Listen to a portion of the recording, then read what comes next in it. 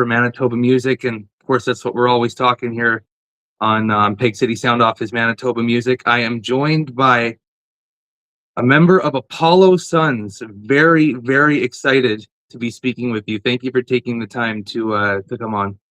Yeah. Thank you. Thank you for having me. Yeah, no problem, Ed. I appreciate it. Before I forget, because I do that at times, I am going to mention our sponsors really quick. So we have our yearly sponsor, CDL Cladding and Architecture Specialist. Sorry, throw their QR code on the screen there. If anyone's interested in getting involved in the trade, you can also visit their website, CDL, as well, or check out the QR code there. They're doing some big projects, always looking for new people to get involved or looking for new projects to get started as well. I will mention as well, another one of our yearly sponsors, you can see in the background behind me, is Musicians and Friends with Sid Bloom. So always been a big supporter, not just of this podcast, but of the local scene in general. Anything Manitoba music, he's always happy to support. So really happy to have him on board. I think it's a perfect pairing here. So let's get started. I don't want to take up too much of your time here. I'm sure you've had a busy day, but again, it's honestly an honor to be speaking with you, especially with your big show coming up, the Final Sunrise, May 29th at Park Theater. It is going to be the final Apollo Sun show. And not that I want to be talking here the whole time. Obviously, I want to ask you some questions, but Yeah, totally. truly one of the, if not the best instrumental band in Winnipeg, at least of the era that I've been watching the local scene, which was actually right around when you guys got started, I believe, and we'll get into that. But yeah, Cool. you guys have done some amazing work. Obviously, you won the Western Canadian Music Award for being the best instrumental band 3 times, 2018, 2020, and 2024 as well. So Thank you. You guys have stood the test of time, definitely. Yeah. Who knows, but it feels good. Feels like a good 10 years, 12 years or something like that spent. Yeah. Yeah, it's awesome. Let's talk for a second about the May 29th show. So again, it's called the Final Sunrise. It's going to be at Park Theater. That is a Friday night. Huge weekend for music, so that's a really good way to kick things off, is to go to that show at the Park Theater. And you have Irvin Miller opening up as well. Yes. Yeah, that's yep. Irvin. Yeah. Awesome. So what kind of went into the decision to for this to be the final show then? You know, I'm tired. Coming out of the pandemic, we toured about 150 days a year through North America, and we spent the pandemic really working hard on the album Departures. We couldn't do it all in person, so we spent a lot of time over Zoom and doing online writing sessions and really putting a lot into it. And the band at that point and the members of the band were very focused. And once we got into rehearsing again and playing live, we were rehearsing 3 or 4 days a week with the intention of like being the best band we could be. Because as you mentioned before, we're an instrumental band, and so that already makes it it narrows down our potential listenership pool. Potentially, I mean, I don't fully believe that all the time, but a lot of people resonate with vocals and lyrics, so for sure you got to hit someone's ear a completely different way, right? Because you're not going to catch them with a chorus that you're singing over and over again. Yeah, so we were very much like, okay, if we're gonna, especially in Canada, Canada's a huge country with not a huge population for the size of our landmass. So we were like, in order to cut through, we have to be, we cannot be shit. Like we have to be good, we have to be tight, we have to be dynamic and intentional. So going into the pandemic, we were working really hard and getting some steam. We had already won at that point a Western Canadian Music Award, and we're getting some buzz and doing some touring. But after the pandemic, we started working with like a Juno Award-winning producer, a booking agency. We got on a label out of Toronto. Everything was going well, and 2023 happens. We released Departures, and two of our main songwriters and really big parts of the band, Aaron Bartel and Bryn Herperger, left amicably, and we're all friends. And Aaron Bartel is playing on the last show as well. And Oh, you nice. know, That's awesome. yeah, and Aaron was such a big part of the writing team. Like myself and Anatole Rennie are still the main songwriters, but Aaron and Bryn would bring a lot of their own juice to the songs. And same with Glenn Radley, who was our drummer before Tim Iskirsky, was really, he pushed himself really hard to be like the Yeah. best drummer he could be. So I feel like in that time of like the pandemic to 2023, 2024, we were really trying to be the best that we could be. But, you know, you have, for me and full, to be very honest, I feel like we lost something when Aaron and Bryn left. It was really hard. That's hard to Yeah, replace. Obviously. it's really hard to replace Yeah, two major players, you know, for and sure. it's not unheard of that a band can continue going, especially an instrumental band. Like we're not reliant on a singer. Like it's like if Yeah, Robert Plant had left Led Zeppelin, you know, but I guess John Bonham did die and they called it, which I think is very I can respect that. But you know, it's like if the Rolling Stones didn't have Mick Jagger or the Beatles didn't have McCartney or Lennon, you'd be like, okay, this is kind of odd. But yeah, yeah, so it was kind of that hurt a little bit, and we kept on going. We had a great 2024, but for sure. it was at the end of. And what's weird is that, you know, like the money got better, our accommodations got better, but I think I found it hard to. It didn't feel the same after, you know, like the music was still good and we were playing well, and you know, like but some of the members became more transient. Like we could never get a really solidified horn section as like a three Yeah, piece, and for a few years we had that. So they were really great. Their harmonies were cool. They were coming up with ideas on the fly, like sure. live. And I don't know, you know, like I felt that, you know, along with that, I felt like our songwriting was kind of suffering. Not that the new songs aren't great or I don't like them. That we're gonna play a couple new songs at the last show that have never been played Nice. before Oh, live. nice. But yeah, and I'm really excited for that. And we're gonna Yeah, we're gonna record the show so that we can release it as a live album and just, you know, have a good time with it. But there's just something like, I don't know. I felt like we had a really magical moment of a few years in there where we were hitting well and we were getting really good at anticipating each other. So yeah, when we were improvising and stretching out live, I could tell when Bryn or Aaron or Glenn or anyone we were going to do something, and it was like we would land it a lot of the times, and it was really cool.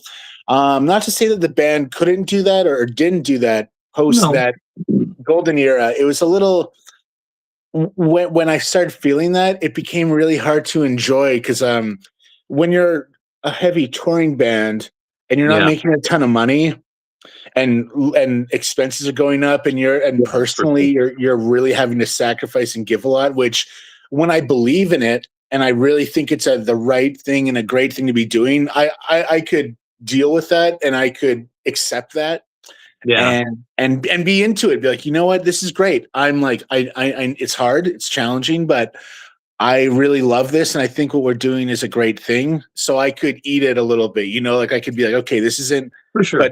but when that There's gonna be when some give and the take there. huh There's gonna be some give and take there. Sorry, definitely. yeah, and like and when that belief in the project or the vision starts to become strained, and I'm tired, and it's my band and I'm supposed to be the kind of like the backbone pushing it, Yeah, and I it got really hard, and I didn't enjoy touring after that. I was like not having a good time, and I like when I'm uncomfortable and I'm not coping well, I turn into a huge jerk, as I'd imagine most people do. yeah. But you Kind of know, go back like, into a and corner that'll happen. yeah, and I was like, you know what, like I'm not enjoying this as much being on the road, and I deserve better. Everyone in this band deserves better. Our audience deserves better. Not that we are not putting on good shows, like we are still making sure that it's like, okay, let's still put on a good show and let's still Yeah. connect with each other as musicians. People are paying for tickets. Let's not rob them of this joy and of our joy, you And know? I don't think So you ever did, definitely. You guys' shows were always top notch for sure. So thank you. Yeah. Like even when I yeah. didn't want to play, I was like, okay, no, this is a good thing. This is a good thing. Yeah. You know, like just, you know, it's hard. It's hard when you It must give be so much, difficult but too with so many because you got so many different people in the band too. So yeah. it's hard enough with three piece, a four piece, even a five piece band to get schedules down and not have different things come up in life for people. Or like you said, people become more busy in the band, obviously, with other things. Mhm. Yeah, and you know, like everyone has their own priorities. You know, like Mhm. you know, we're all individuals as well. So when it became like, for a while, it was a lot of people's first priority, and that's when we were like, "Fuck, we were good." Like I thought we were Absolutely. good. Like we were rehearsing, we were getting very refined. We were practicing like just doing rhythm sectionals with a click and making it harder. We called them widow makers. Like they're really challenging exercises to up like level up our technique. Yeah. And I thought we were really and yeah, I thought the you know, not that the band isn't good and we're working really hard right now to make the last show like it's going to be an 11-piece band with a full horn Yeah. section and two drummers and percussion. And I was like, you know what, let's money's not an issue for this show. We're not on a budget. It's going to be a sold out room at the park where everyone's going to get paid well. Let's do the band that I've always wanted to do. So we're going to have some Yeah. guests with us and That's awesome. yeah, I think it's going to be great, but it just got, you know, like, and I have an 8-year-old son now and I it got kind of it. hit, I get that. yeah, you know, like I didn't miss, but I was away for like 4 to 6 months every year for the first 7 years of his life. For And sure, I and that's felt, usually the best weather times too, as that's happening. Just oh, yeah, I yeah, get it. Did a lot it of was, festivals. yeah. And like whenever I was home, I think we'd be really like, you know, and with the modern day technology, we could do FaceTime and chat and play video games online and just hang out digitally, but it just doesn't make up for the mundane stuff of everyday life where you get to Yeah, really get to know your kid and your family and your yeah the personality that shines in those for sure. mundane-ish moments. So I kind of just asked myself, like, is this worth missing the next 10 years of his life? And he might turn 18 or 19 and he might go travel the world for a year and I might not see him for a year or you Yeah, know or do this. So it became really hard to swallow, and there were some decisions that I made that I wasn't listening to my gut. I was allowing a lot of other opinions and ideas to come in that I didn't really believe in, but I just couldn't fight anymore. And I didn't want to like have to, yeah, I just got tired. So I yeah. was like, you No, it's know fair what? to get worn down. Yeah, yeah. It happens. So, yeah, you know, we could have kept going For and the sure. money was getting better and everyone was getting raises a little bit and I was able to finally pay myself. But even when we had a good year, I was like, nope, this is not, No, this is I not get it, it for man. me right now. When you got young kids, I totally get it. Like I got a 7-year-old and a 5-year-old, and I always say I got to spend as much time with them right now before they don't like me anymore. Right? They're gonna be teenagers soon, and then it Yeah. gets tougher sometimes. Yeah, I'm hoping. So I've no, heard I get mixed that. things about the teenage years. So Miles is a pretty dope kid right now. We actually Awesome. built a birdhouse today. He built a Oh no way, birdhouse. wicked. Yeah, and he's like, he's lovely. So I've really been enjoying my time at home, and I garden and I work in film, and you know I'm still making music. And Yeah, outside of you Apollo, keep it I've busy. got some jams coming along with other people that I'm like, you know, I want to work with singers and different musicians. So I'm like, you know what? Apollo Suns has been great, and maybe I'll do it again in the future. I would like, you know what? One thing is that I'm so choked about. I always wanted to play Big Blue at Folk Fest on Saturday night, and Oh, we okay. played with so many bands. Like we've opened up for Five Alarm Funk and Too Many Yeah, Zoos, and I was like, man, come on, Chris Freyer of Folk Fest. Like one time, could we have? I feel like we would have killed it. We would have killed it. And I'm and and sure. and Yeah, that's one of my big regrets of like I wished and I wished and you know, it's all good though. Yeah, no, no, absolutely. I mean, again, you played so many festivals. We'll get into that a Oh little yeah, bit as well, but so I get that. Also, so I talked to Irvin Miller on this podcast as well a little while back cool. about the show, and I did want to ask you about that as well. What went into to bring Irvin Miller on to open up for you guys there? Um, I think he's just him and his band.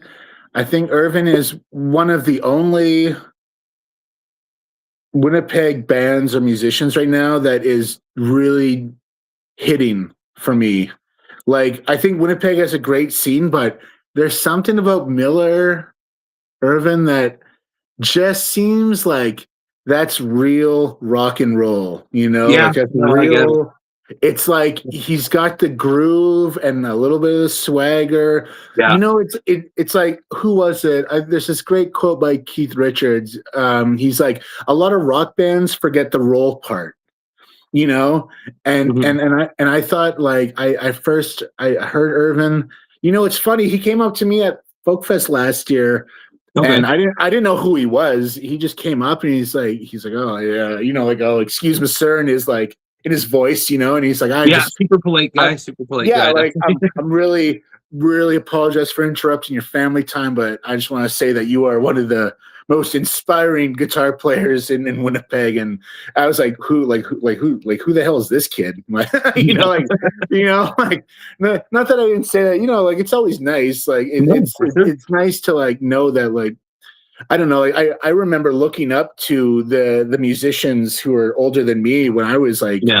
20, 21, and just being so stoked that they would talk to me. And not that I am fucking arrogant enough to think that I had any sort of influence, but it was nice to hear of, like, like, oh, this new kid. And Yeah. it's like, oh, like, you've been like, influential and all that, so that's cool. But after that, I didn't know who he was, and then someone brought up his name like a month later. I was like, oh yeah, that kid. um and then I checked out his stuff. He had a live session up on UMFM, and I was like, man, this is Okay. this is good. Like, Yeah, man, for sure. I one thing that became so important to me is, like, intention and authenticity, and, like, does it sound like they mean it? Does it sound Yeah, like, for sure. is it a shtick? And I'd be so heartbroken if it's a shtick. But Yeah, he definitely comes across authentic or the real deal for yeah, sure. I was like, okay, like, there's some good bands, but it almost seems like it's kind of an act, or like Yeah. it's this. It's just But, too good like, to be true, right? yeah, or, like, Yeah. like, but, like, Irvin just, I don't know. There's some musicians and some Well, stuff going on that I love, but Irvin mhm. just hits in a way that I'm like, you got to get out of Winnipeg, man. Like, you got to go and, like, get out of Winnipeg, because you're gonna do so much better than this town can offer. Not that Winnipeg isn't great, but it's a No, but I don't small. think there's any one place that he should be in general. He's gotta be touring. Oh yeah, yeah, Yeah, no, everybody should totally. be able to see him live at some point, right? Oh yeah, but, like, what we have for resources, and the ceiling is, like, it's a great town in with nothing else around it, like, so Sure, it's sure. like, it's cool. But it's, like, it's like, man, you got to get down to Nashville and work with those songwriters and work with those great session players, and, like, Yeah. yeah, like, I think he's gonna do great. and I think he and nailed it and earlier too with his stage presence. Because if you hear his recordings, his voice is amazing, obviously, so really good recordings. But yeah. once you see him live, that really is the experience. The stage presence, and he's making eye contact with everybody around there. Oh And yeah. if you go to one of his shows, and next time you go to another one, you'll definitely see a lot of the same people there, Oh regardless of yeah. the venue. So yeah, just the idea, like, I was like, well, who do I want to open up? And I was like, oh man, let's get Irvin. That'd be great. Yeah, that's it. I just Yeah, I mean, it's going to be a really good night of music. Absolutely. Yeah. Again, it's at Park Theater. Really good audio down there. They updated all that recently, so and it was good Mhm. before, so it's gonna Oh be yeah. fantastic. I don't want to go too far into this, but I did want to ask you at least briefly about when the band started, or just forming the band. I think you guys got started in 2016. Yeah, we got started in 2016. First show was like May 12th, 2016, at Okay. the Cavern. Oh, nice. Uh yeah, the How Cavern many of did you Gold. have? how many people were in the band at that time? Did it start with? Four. It was just a four piece. Okay, let's say that's a lot of people to have the cavern. Oh yeah, no, it was a four piece. Okay, Guitar, bass, drums, and keyboards, and then we added in a conga player, like percussionist, and then trumpet came in. Was the first horn and tenor sax. Yeah, it was good. It was yeah, and then our first show, our first album was April of 2017, which was Each Day a Different Sun. yeah, Yeah. fantastic. Definitely one of my favorite songs on there. An Impossible Bond is what I Yeah. always like to throw on in the background. Oh yeah, yeah. That I mean, who doesn't love a good James Bond cover with the Impossible Mission Impossible theme in there? So Yeah, yeah. absolutely. What went Mhm. into deciding to start an instrumental band then instead of more traditional, obviously? We the bass player and I, the original Dave Gannett, Mhm. we were playing in a band called Electric Soul, where we were both singers, and we're not great lead singers. I wouldn't even say we're good lead singers. But like we were really good about lying to ourselves. So we were spinning our wheels for about 3 years with that band, and nothing was really happening. We weren't getting anything. We did play a couple cool shows. It was fun. But then what happened is we got a new drummer, and then our bass player quit. So Dave moved. He was playing keyboards in Electric Soul, so he moved to Okay. bass. So we played some shows as a trio, and we called it the Electric Soul Collective. And then we would just invite random musicians from like Mahogany Frog and Little House and Mariachi Ghost. These are all old bands that no one probably has ever heard of. Maybe Mariachi Ghost is I was familiar gonna to say that's some. the only one I've heard of. Yeah. Yeah. But we would just invite friends to come play, and we would just jam. We would come up with like melody lines. We would have like a rehearsal, and we would just play for like the sheer fun and enjoyment. And those shows did so much better than Electric Soul shows. Like everyone, like the audience was super into it. It was all Yeah. instrumental. We would have like weird flute players coming out, or like, like really whoever wanted, like violinists would come out with like crazy pedals, and we would just play those shows, and it was like such a badass time. Like it was great. And we did a summer of that. And Dave and I had a beer at King's Head Pub when back in the day, and we were both like, maybe we should just do instrumental stuff, like like stop trying to be what we think would work and just do what actually works. Like let's get out of our own way and just do what is fun and is clearly connecting with the audience. So yeah, that's kind of how it happened. It was all by accident. And then, but the thing is the Electric Soul like collective shows were all improvised. And Okay. I was like, I would like to start writing songs, like still keep that improvisational piece, but write stuff. And then and then we got really through composed, and we lost a lot of the improvisational stuff. And then we started getting it back a little bit. But yeah, some musicians have a hard time wanting to improvise on stage, a fear of crashing and burning. And one thing I learned from the Grateful Dead, listening to so many of their live concerts, some of them are horrible. But man, when they hit, those crashes and burns may like are like rough. But when you hear a great Grateful Dead show, and you're like, oh my Yeah. god, this is why you take chances, because when it does land, Yeah. it's like it makes me have faith in the human race again. Like man, like for every five crash and burns, there's that one beautiful moment that is like reaffirming the universe's existence to me. And I'm like, oh my god, Absolutely. yeah. But some people And are hopefully that's the one terrified people of remember, that. right? What's that? I said, and hopefully that's the one people remember Yeah, is the good set, obviously, or the best one there. yeah, yeah. That is Why very not different remember than them what all? musicians are. It's very different than what musicians are used to, right? They're used to obviously getting, obviously doing the same thing, rehearsing over and over again the exact same way, playing. So yeah, that's just something people aren't really used to, I'd imagine. I I think what for me it's like it turned into a performance, not a expression of the time or date, you know, or like, or how you are experiencing life at that moment, or this group of musicians. It's like, let's play new tracks, let's auto tune our voice live, let's pre-program everything so we take any sort of human element out of it, all for this like idea of like perfection. I don't know, I'm kind of jaded against right now, like Yeah.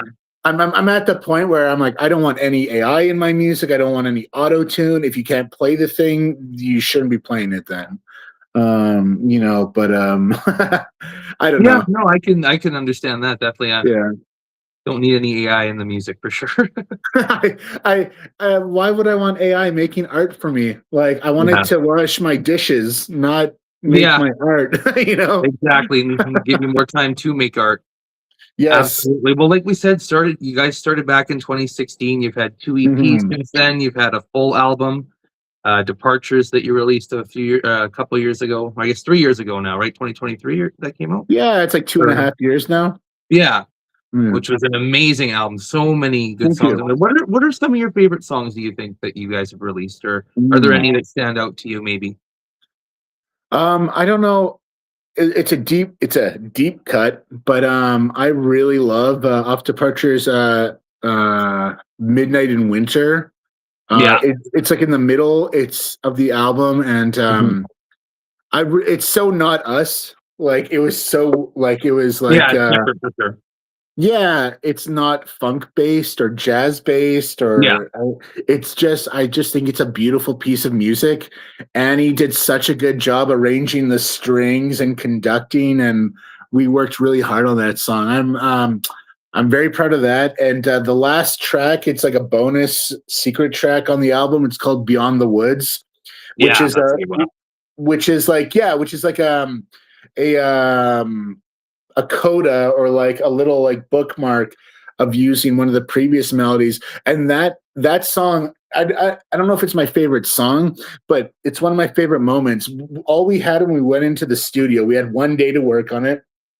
We had the melody and kind of an idea. We didn't want any horns on it, we didn't want any drums on it, and we just wrote and experimented the whole day in the studio. And I thought it was so beautiful. You can hear some of us breathing in it, and then there's this radio chatter in the background. That was Aaron Bartel using an old analog radio, going Okay. between AM and FM and dialing in, and it was like spur of the moment. And there's some great. I want to release the radio track, because there's this comedy show there's that he's going between Power FM and like Yeah. C92, and then he's going to AM with talk radio. One of them is about self-awareness and relationships during like sexual encounters, and it's this person Oh, talking okay. about, and it's going back and forth, and it's like, and to me, like, that just that radio track was just like such a great little snapshot of like a little bit of the experience of life. Like, it's all over the place, you know, Yeah, almost like like you're Brian improvising all Adams. over again. Yeah, and it was super cool because like it happened by accident. As soon as the song ends, who is it, Howard Manshine or something, an announcer was like, and that's your entertainment for tonight. It's just on the radio, that's what it says, Yeah, and that's the last thing. I was like, wow, I can't believe that worked out. that's So perfect. I thought, to me, that was like one of the best things we ever did, because Yeah. it was just so of the moment, and it Mhm. just really worked out because we were just open to it. So Cool. yeah, I love that one.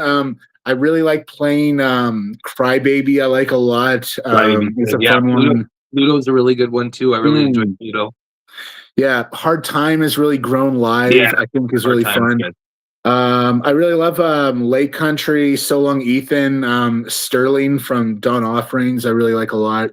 And there's a couple new songs that we're going to be playing at the live show that I think are Yeah, pretty cool, that I think people will like.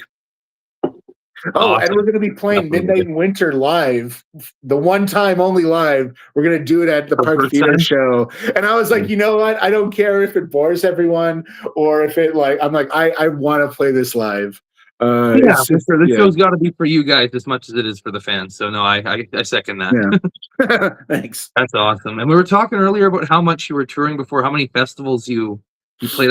I don't think I have them all here, but I'm gonna try and go over some of them here Oh just to God. kind of give people the idea of how many. So we got Canadian Music Week, Jazz Fest, Pride Festival, obviously, Big Fun Festival, the Golden Sound Music Festival, Ness Creek Festival as well, Festival Voyageur. Obviously, I'm sure you played that one more than once.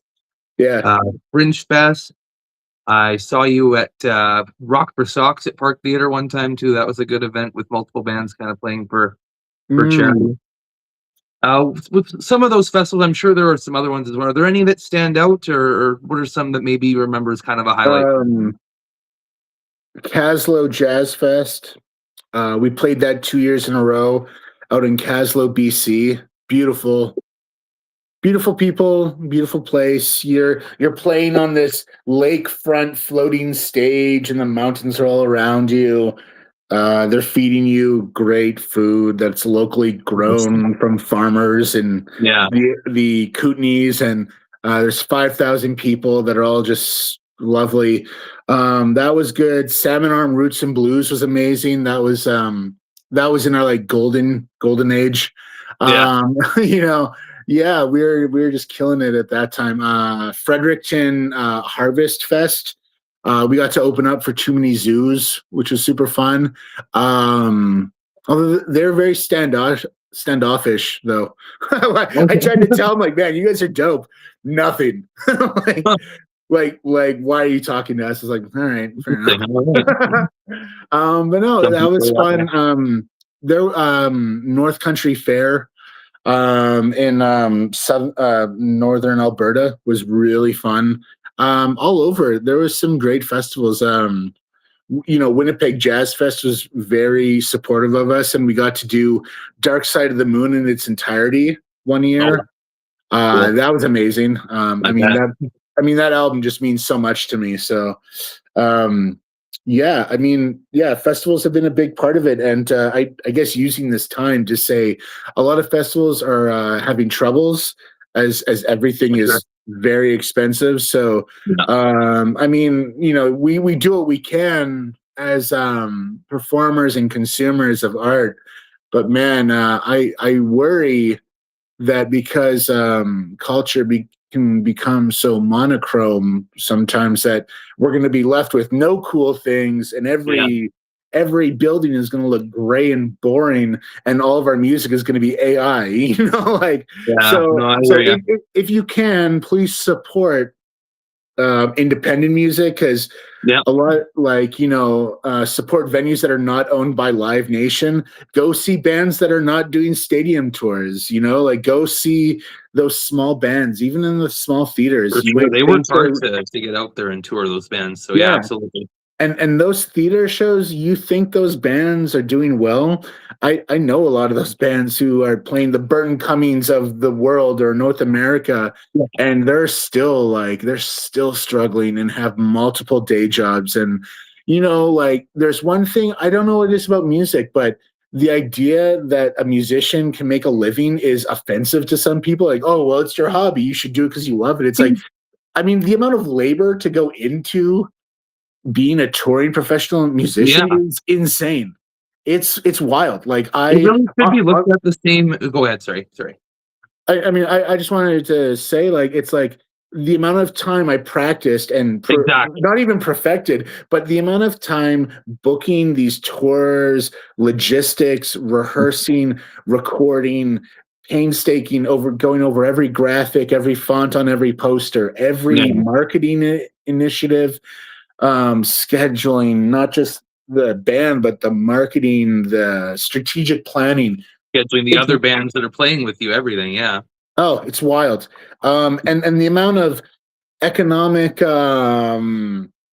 goodness, we'll say, like the amount of contractors I hired, the amount of taxes I paid on everything consumed by the band, yeah, the amount of jobs created and contracts, like, it's wild. And there's just this idea of like, oh, well, you're an artist, just do it because you love it. It's like, well, yeah, there is that, of course, but it's like, man, like, the amount of labor going into art projects is insane. Like, and like, it's a big part of your life, whether you know it or not. A lot of decisions in life are artistic, just like a lot of decisions and things that affect your life are political as well, So the like, yeah, anyway, long story short, long ramble short, just try, if you can, try to support things that you might not hear on mainstream radio. There's a lot of Yeah, people doing a lot of cool stuff out there that doesn't cost you $1,500 for nosebleed seats at a exactly. I mean, at a especially in very Winnipeg. bad sounding stadium in downtown Winnipeg. Yeah. No, Yeah. especially in Winnipeg, you don't have to go too far on a Friday or a Yeah. Saturday to find a show, definitely. And what I was going to say earlier, and you kind of mentioned it already, but it really, I always compare it to when people think that it's too much to pay a certain amount for a contractor who's been doing it Oh for yeah. 15 years or something. You're not just paying for the project; you're paying for all the experience that went into Yeah. doing that project properly and all the practice, whatever you want to call it, hard work, Yeah. obviously. So no, I definitely would agree with you there. Mm. Some people, for some reason, just I think it's art in general. People just look at it like it's weird to pay for art, whether it's a I painting or music or yeah. anything.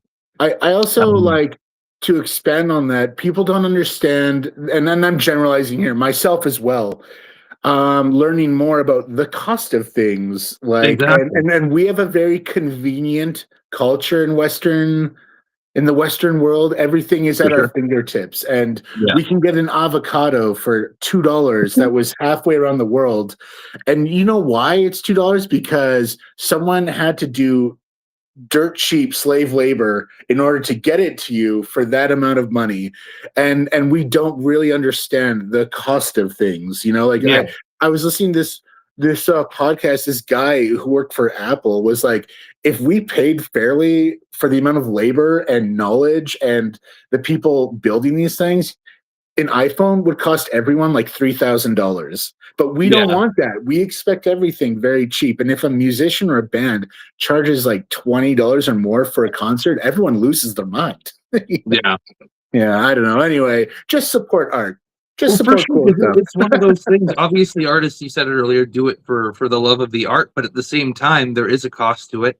It Oh takes a yeah. lot of time, and if people don't spend money on it, it's like anything else. It's going to disappear, or people Yeah. aren't going to be able to do it, whether they want to or not. Right?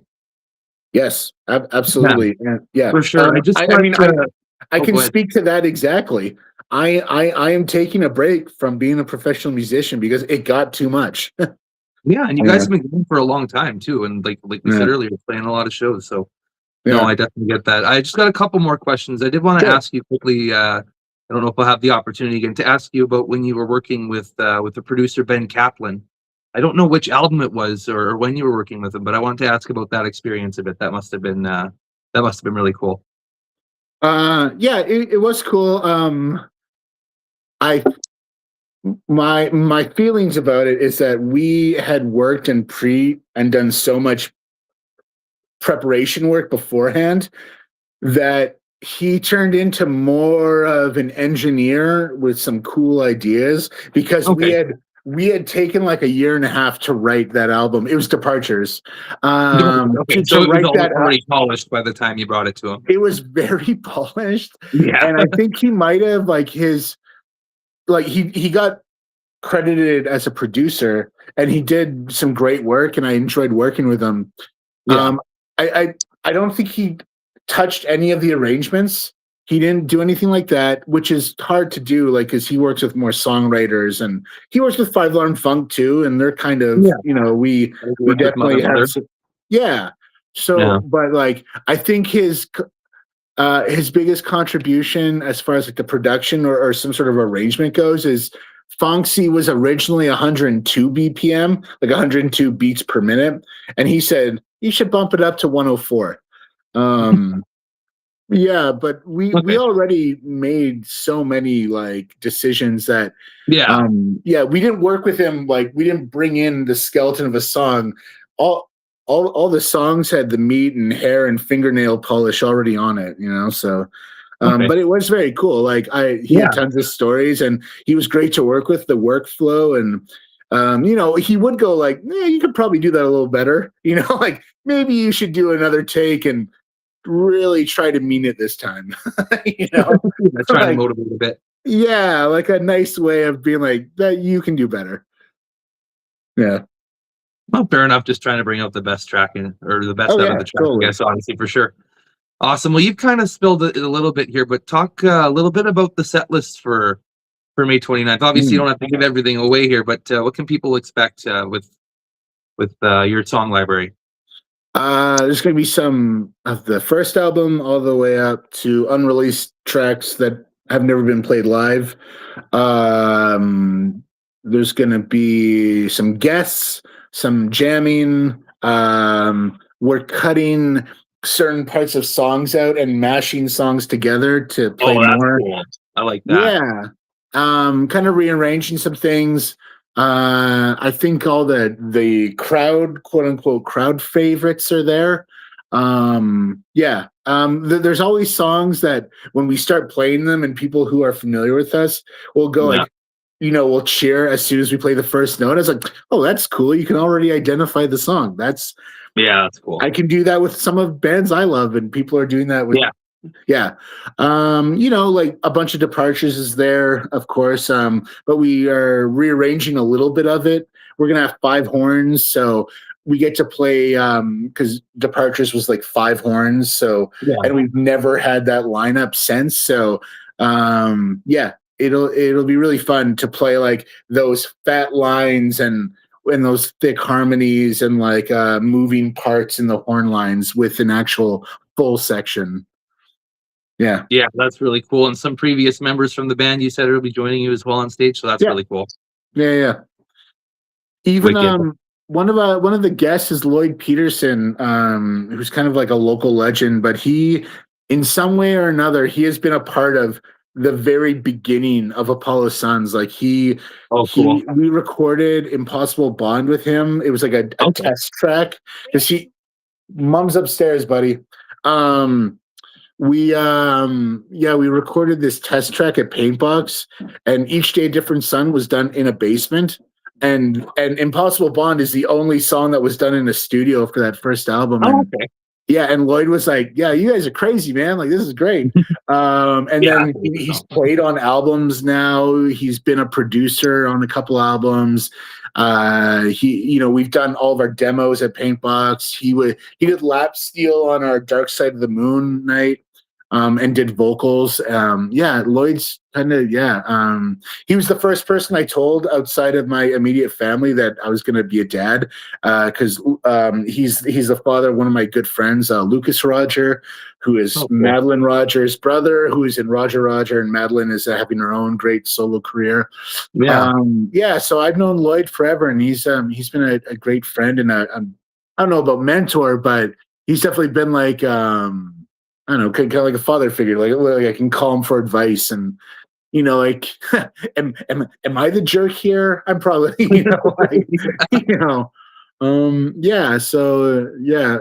Ethan McKibben, our first drummer, is coming in from Kelowna, BC, to come play drums, secondary drums on the show. So I think it's gonna be great. That's awesome. Yeah. And that's good. You're at Park Theater, so you'll have a very big stage, a lot of room to work with. So that's nice. I can imagine. Thank God. We get sweaty and we move a lot, so that's good. Yeah. I can't imagine when you guys have all played a smaller stage or just small stages in general. I don't know if you Those have. are fun though. Like it's weird. Like even though it's a shit show sometimes on the smaller stages, in an intimate venue where the crowd is right there, it's great. It's so fun. Yeah. Yeah, that's cool. Have you ever played the Tap House? You definitely get that at the Tap House. That's a smaller stage. I don't mind that stage, but I refuse to play venues that have VLTs in them. I just can't. Or if there's a TV near the stage, no, man, I don't know. Maybe I'm an elitist or a jerk, but I'm like, no, I'm not. Brass Camel is coming back to town. They're great friends out of Vancouver, but they're playing the Tap House again. I'm like, you guys are too good for that stage. I think they got a thing with Riley down there. I know, and Riley's great. Riley's dope, and he's been a champion. So I get it. I just I get it, and no shade to the Tap House. I just Yeah, I love you the know, Tap House. yeah, Great venue for sure. But no, I can see what you're saying about BLTs or whatever, though. I get that. yeah, I do. Yeah, I just don't want. It's not for me. It's not for me anyway. You played enough shows, you should be able to say that, I think. No problem there. Yeah, Awesome. I Well, get to pick and choose. exactly. I think you should be able to. Well, I could sit here and talk to you all night. I think I'm going to let you go at this point, though. I'm sure you've Cool. got some stuff to do at home. Thank you very Yeah. much for your time, though. I mean it when I say it. It's an honor talking to you before the last show, and Thanks, man. definitely everybody get down there, pack the Park Theater. I'm sure it's nearly sold out if it isn't. So get down there, It's everybody. getting close. It's getting Yeah. close. So, yeah, it's gonna be a lot of fun. We are gonna record it, and if we play good, we'll even release it. But hopefully, we play good. What's the start time? So it's a Friday night, May 29th. What was the start time? Do you remember? I think Irvin's on at like 7:45. We're giving him a short set because I think we're playing for about 2 hours. I was going to ask you. I figured you're probably playing for a while because you're playing that many songs, and some of your songs are longer. Some of them are just kind of regular length, 3-4 minutes. Okay, But yeah, you got some longer ones. so you know what happened is that we started getting to the point where we could start filling smaller rooms on tour. So we're like, you know what, let's just have one local band and we'll just play 2 sets. But we found that if we broke up the sets into 2 sets, we would lose some of the audience. So we just started being like, you know what, let's just play an hour-and-a-half set. Yeah, and then our stamina got so good that we started the hour and 45 minute or an hour-and-a-half set turned into an hour and 45. And then by the last tour, we were doing 2-hour sets and we're like, oh boy, like that's a lot. It's a marathon there, yeah. Awesome. But anyway, I May appreciate 29th. it. Yeah, May 29th, Park Theater. Get down there, early start time, around 7:45. It sounds like, so it's going to be a great show, guys, and once in a lifetime opportunity to see the final sunrise and some unreleased songs too. That's going to be really cool. Yeah. There you go. Awesome. Well, thank you so much, Ed. Take care.